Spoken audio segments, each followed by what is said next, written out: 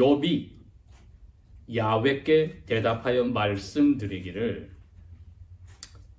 당신께서는 모든 것을 하실 수 있사오며 당신의 그 이루려 하신 어떤 목적도 이루어지지 않은 것이 없음을 내가 아나이다. 무지한 말로 이치를 숨기는 자가 누구냐? 그러므로 내가 알지도 못하며 너무나도 경이로워 깨달을 수도 없는 것들을 큰 소리로 외쳐왔었나이다. 이제는 귀를 기울여 내게 들으라. 내가 말하리라.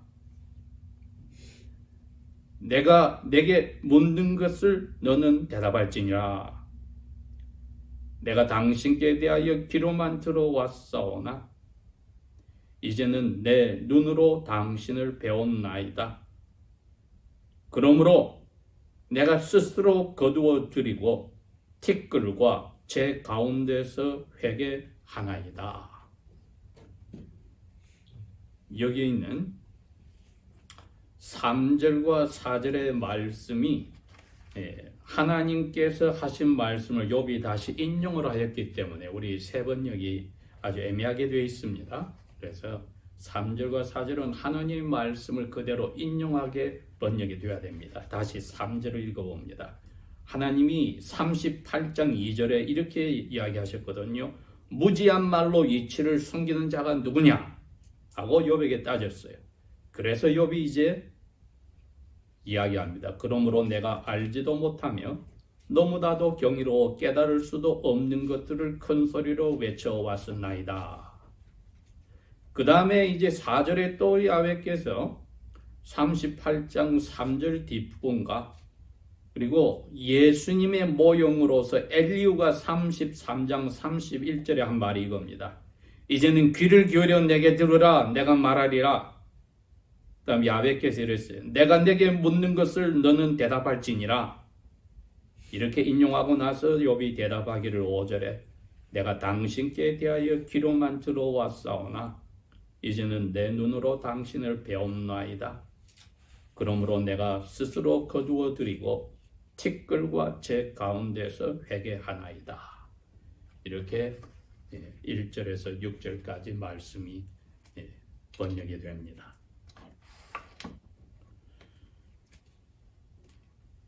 욥기가 전체의 뜻을 본다고 할 때는 뚜렷하게 우리에게 밝혀주는 주제가 있습니다. 사람의 고통은 하나님의 주권 안에 있다. 그것을 잘 밝혀줍니다. Human suffering is under the sovereignty of Yahweh. 야훼 주권 아래에 사람의 고통이 있더라. 그러니 그것을 깨닫는 사람은 자기의 고통을 어떻게 표현합니까? 사도 바울이 로마서 8장 28절에 고백했듯이 고백하게 됩니다. 나에게 일어나는 모든 일은 하나님의 뜻대로 불려서 하나님의 자녀가 되어서 하나님을 사랑하는 사람에게 일어난 모든 일은 결국에는 선을 이루더라. 왜? 그래야 사람으로 오신 예수님을 닮아가게 하는 하나님의 그 트레이닝 캠프에서 훈련한 목적을 이루기 때문이지요. 고통도 그 중에 하나란 것입니다. 고통은 그런 점에서는 우리에게 큰 선생이고 스승입니다. 욥은 자기 새 친구가 찾아와서 너가 죄가 있으니까 이처럼 고통을 받는 게 아니냐고 했을 때 아니라고 큰 소리를 쳤습니다. 나는 왜 이렇게 고통을 받는지 이유를 모르겠다고 부르짖었습니다. 친구들이 너가 죄가 있어서 하나님께 벌 받으니까 회개하라고 했을 때 아니야, 나는 죄가 없는데도 이 고통을 받는다고 모르겠다고 했습니다. 그 새 친구와 욥이 그렇게 디베이트를 하고 새 친구들이 더 이상 욥에게 왜 욥이 너무 의롭다고 하니까 말하기를 그만두고 욥도 입을 다물었을 때 32장에 가면은 갑자기 모르는 엘리후라는 사람이 등장합니다. 즉 네 번째 인물이 등장해서 말합니다. 내가 여러분들보다 나이가 어려서 지금까지 조용히 있었는데 여러분이 하는 말이나 욥이 자기가 의롭다고 한 것 도저히 내가 더 이상 들을 수 없어서 한마디 하겠습니다 하고 시작해서 이야기를 합니다. 우리 본문에 4절에 인용하였던 부분이 3절에 인용하였던 부분이 그거였습니다. 4절에 욥아 귀를 기울여 나에게 들으시오 내가 말하리이다. 많은 학자들은 이 엘리후가 결국은 앞으로 오실 메시아를 대신하여서 젊은 사람으로 욥에게 그리고 가장 하나님에 대해서 모르면서 욥에게 꾸짖고 큰소리 쳤고 하나님을 대신한다고 한 새 친구에게 야단치는 지혜의 영이신 예수님의 모습을 드러낸다고 합니다.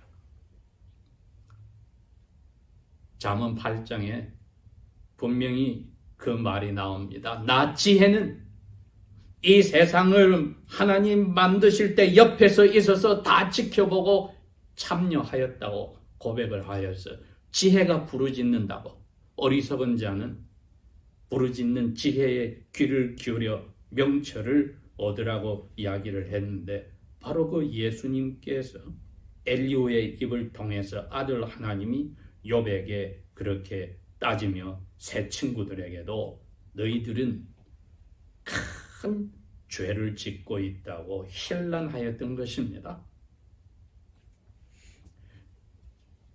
그랬더니 욥이 또 거기에 대해서 할 말을 다 할 수 없는 자리로 하나님이 궁지를 몰아넣고 나서는 38장에 이야기를 합니다. 폭풍 가운데 월윈 사막의 폭풍 가운데 야훼께서 욥에게 이야기를 시작하셨다. 무지한 말로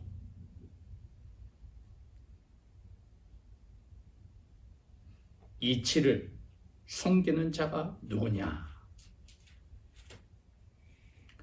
그 말을 듣는 순간에 욥이 정신이 번쩍 들었던 겁니다.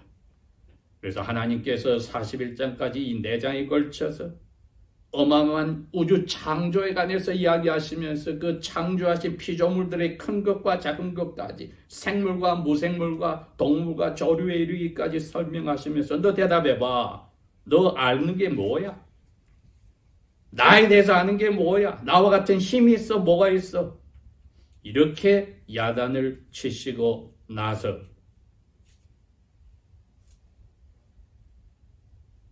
(41장) 마지막에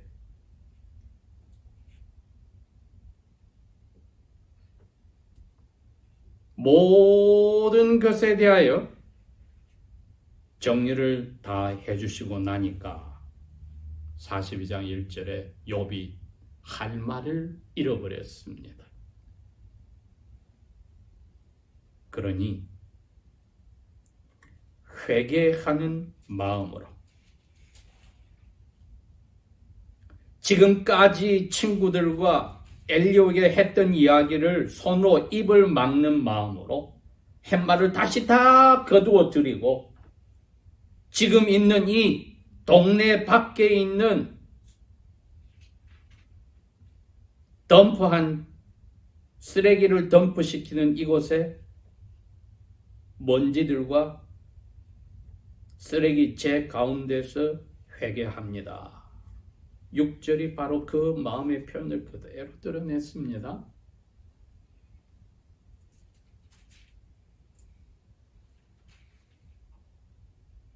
지금까지 내가 떠들었던 말 모두 다 거두어 드립니다. 먼지 가운데, 이 잿덩이 가운데 내가 지금 기왓장으로 몸을 긁고 있는 이 가운데 회개합니다. 왜냐하면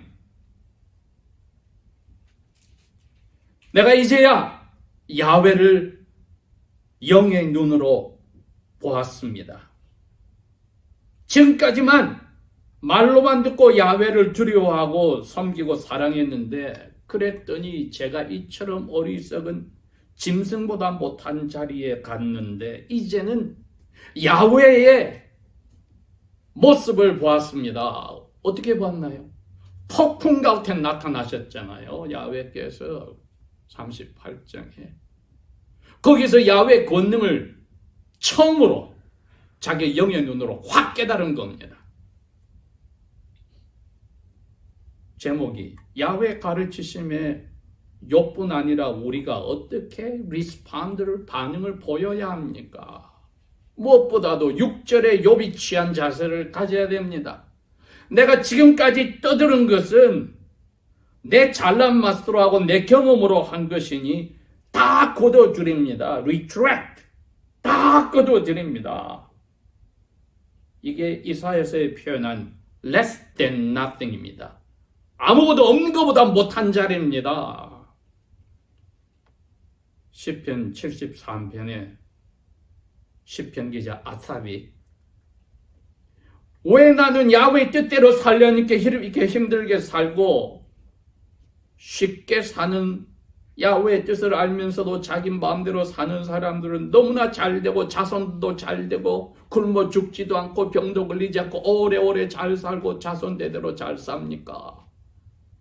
내 발이, 내 믿음이 흔들려서 포기하고 싶을 정도가 되었는데 야훼 성소에 들어가는 순간에 내가 깨달았습니다. 하고 시편 기자가 고백을 했습니다. 그러면서 여기에 욥과 같이 그분이 그랬습니다. 내 마음이 산란하여 내 심장에 찔렸나이다. 이제 성소에서 야훼를 만나고 나니까 내가 너무나 어리석어서 짐승과 같았음을 고백합니다. 욥이 지금 그와 같은 심정입니다, 여러분. 입을 막고 싶습니다. 차라리 짐승이면 사람 말을 안 하니까 어리석은 말도 안 뱉었을 텐데 나는 너무 어리석어 짐승 같습니다. 고백을 아삽이 하였고 욥이 지금 하였던 겁니다. 그래서 거두어드립니다.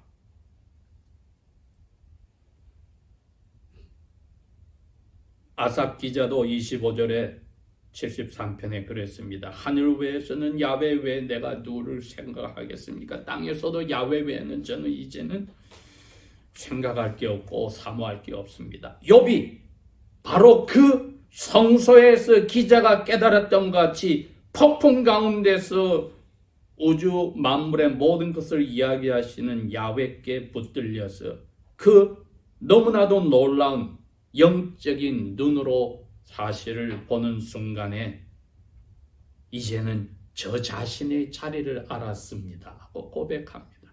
그러니 반응은 첫째는 회개하는 겸손이요, 둘째는 이 우주 만물 모든 가운데에 하나님의 사랑을 받은 자격 없는 자녀로서의 자기 자리를 찾는 것을 고백한 겁니다. 이게 반응의 두 번째입니다. 자기 자리를 찾았습니다. 기자는 나는 짐승과 같습니다.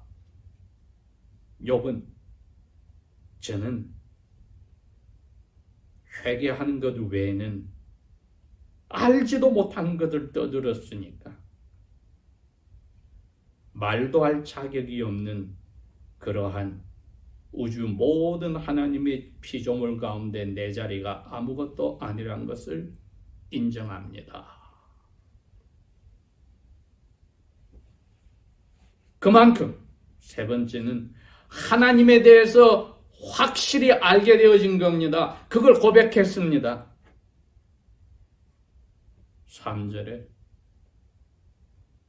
너무나도 놀라웠어. 내가 다 알 수도 없는 것. 여러분, 이게 믿음입니다. 믿음으로 이 고백을 한 겁니다. 하나님의 경이로우심, 너무나 크신 지혜와 힘을 겸손히 고백하는 것이 올바른 자세입니다. 하나님을 잘 믿는다고, 하나님 위해서 열심히 일한다고 예루살렘에는 교인들을 잡아서 감옥에 넣고 죽이는데 앞장섰던 사도 바울도 나중에 고백합니다. 로마서 11장 마지막 부분에 가서 그럽니다. 깊도다 하나님의 지혜와 지식의 크심이여, 그분이 하신 판단은 누구도 계산해 볼 수 없고 그분이 하시는 길은 우리가 찾아가지도 못한다고 겸손히 자기 자신을 낮춥니다. 누가 야훼의 마음을 알았으면 누가 그분의 선생이 되겠느냐? 만물이 주에게서 나오고 주로 말미암고 주에게 돌아가니 영광이 그분께만 세세무궁토록 있을지어다. 아멘 하고 야훼에 대해서, 하나님 아버지에 대해서 제대로 보는 눈을 가졌다고 경외로우심에 엎드려 탄복하고 찬송할 수밖에 없다고 고백했습니다. 이게 세 번째 우리가 욕과 같이 할 일입니다.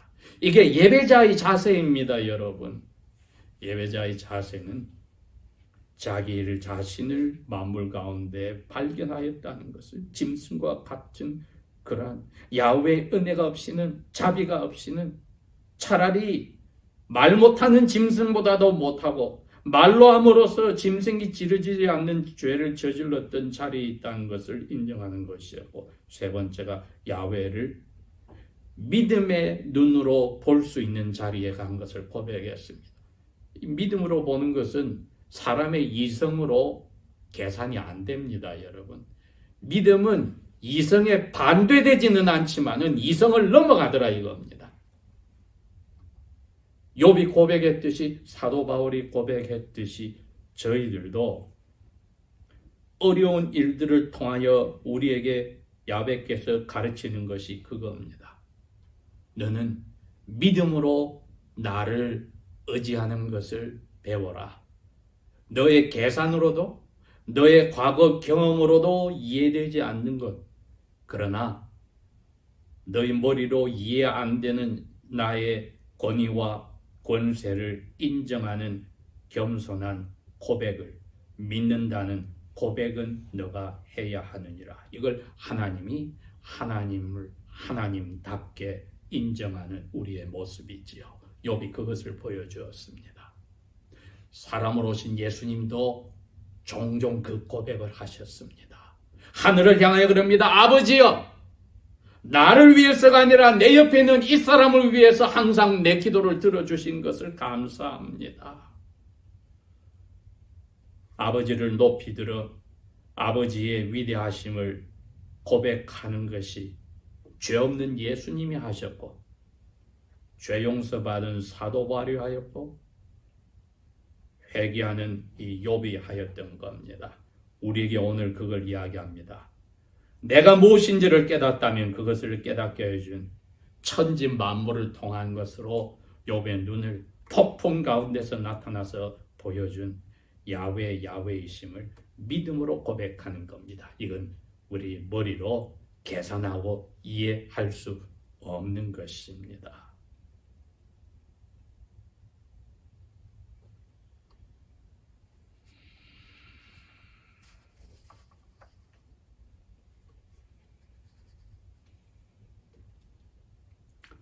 당신께서는 모든 것을 하실 수 있사오며 당신이 이루려고 작정하고 하는 일들은 누구도 녹여서 멈추게 할 수 없음을 이제 제가 알고 고백합니다. 그 중에 뭐가 들어있습니까?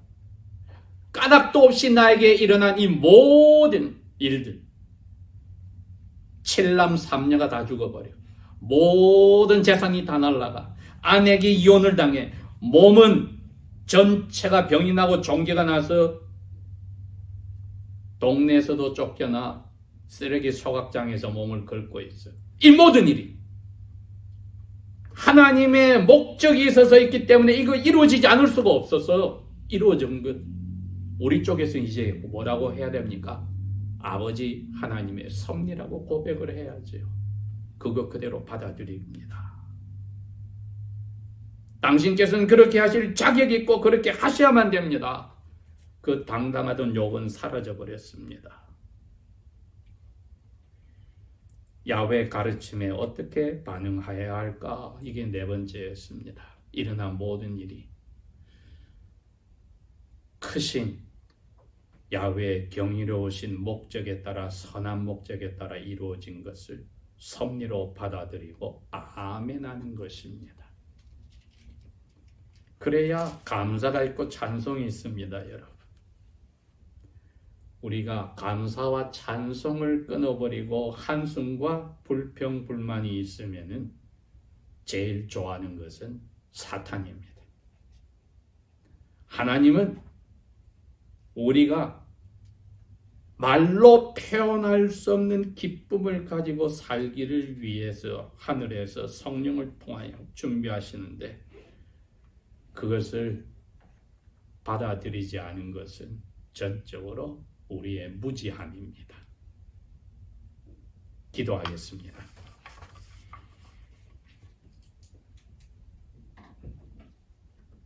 아버지 하나님, 야훼께서 인정하신 다니엘과 노아와 욥과 같은 자리에 있지만은 이처럼 야훼 앞에 은혜를 받고 겸손히 고백한 것, 저희들이 날마다 체험하며 살기를 원합니다. 예수의 영이 아버지의 성령께서 저희들의 마음을 감동시키고 겸손히 사랑에 붙잡혀 고백하며 살게 하셔서 아버지의 사랑의 손길이 우리에게 쓰든 달든 감사와 찬송의 원인과 제목이 되게 하소서. 예수님 이름으로 감사 기도합니다. 아멘.